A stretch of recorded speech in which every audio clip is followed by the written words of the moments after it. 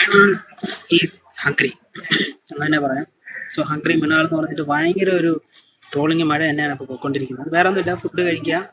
എന്നിട്ട് നമ്മുടെ ഈ ദിലീപിൻ്റെ സിനിമ ഉണ്ടല്ലോ, ഏതാണ് പ്രിൻസ് ആൻഡ് ഫാമിലിയിലെ ആ ഒരു ഗേള് ഫുഡിനെ പറ്റി കുറ്റം പറയുന്ന പോലെ, അതുപോലെയൊന്നും പറയാൻ പറ്റില്ല. ജസ്റ്റ് ഫുഡ് ഓക്കെ അല്ല, ആദ്യത്തെ കറി കൊള്ളായിരുന്നു, സാമ്പാർ വന്നപ്പോൾ വേറെ തരത്തിലായി എന്നൊക്കെ പറഞ്ഞു. അങ്ങനെ ഒരു വീഡിയോ ഒക്കെ ഇട്ടു, നമ്മളൊക്കെ കണ്ടിട്ടുണ്ട്. എനിക്ക് പറയാനുള്ളത്, ഇന്നത്തെ ആഹാരത്തിന് മേടിക്കുന്ന സാധനങ്ങളുടെ ചിലവ് എത്ര മാത്രമാണെന്ന് അറിയാം.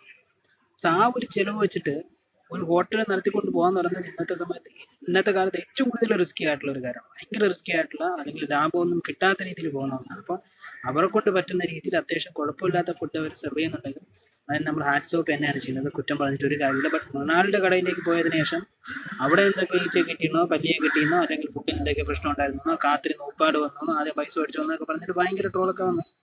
മൃണാളിനെ തന്നെ ട്രോളിക്കൊണ്ടാണ് വന്നത്. ഇത്രേ ഉള്ളൂ കാര്യം. നമ്മൾ മനസ്സിലാക്കിക്കോളാം നമ്മുടെ സമൂഹത്തിൽ നിന്ന് എത്രമാത്രം വലിയ രീതിയിലാണ് ഹോട്ടൽ ആൾക്കാർ റിസ്ക് എടുത്ത് മുന്നിലേക്ക് പോയിക്കൊണ്ടിരിക്കുന്നത് എന്നുള്ളത്. അത് മനസ്സിലാക്കിയിട്ട് പറഞ്ഞാൽ ഓക്കെ. അല്ലാതെ ഈ പുഴുവും പാറ്റയൊക്കെ കിട്ടുകയാണെങ്കിൽ അത് വേറൊരു രകം. അതിന് നമ്മൾ എന്തായാലും പ്രതികരിക്കണം. അത്യാവശ്യം കറിയിലേക്ക് പോയി വെള്ളമായി പോയെന്ന് പറഞ്ഞിട്ട് ഇപ്പോൾ ആകാശം തിരിഞ്ഞു വീഴാൻ പോകുന്നില്ല. ടേസ്റ്റ് ഇത്തിരി കുറഞ്ഞു പോയെന്ന് പറഞ്ഞിട്ട് ഓക്കെ. എനിക്ക് മൃണാളിനോട്ടാണ് പറയാനുള്ളത്, ടേസ്റ്റ് കുറയും, കുറേ തന്നെ ചെയ്യും. നല്ല ഫുഡാണെങ്കിലും ടേസ്റ്റ് ചിലപ്പോൾ കുറയും. അല്ലെങ്കിൽ നമുക്കൊന്നും പറയാൻ പറ്റില്ല.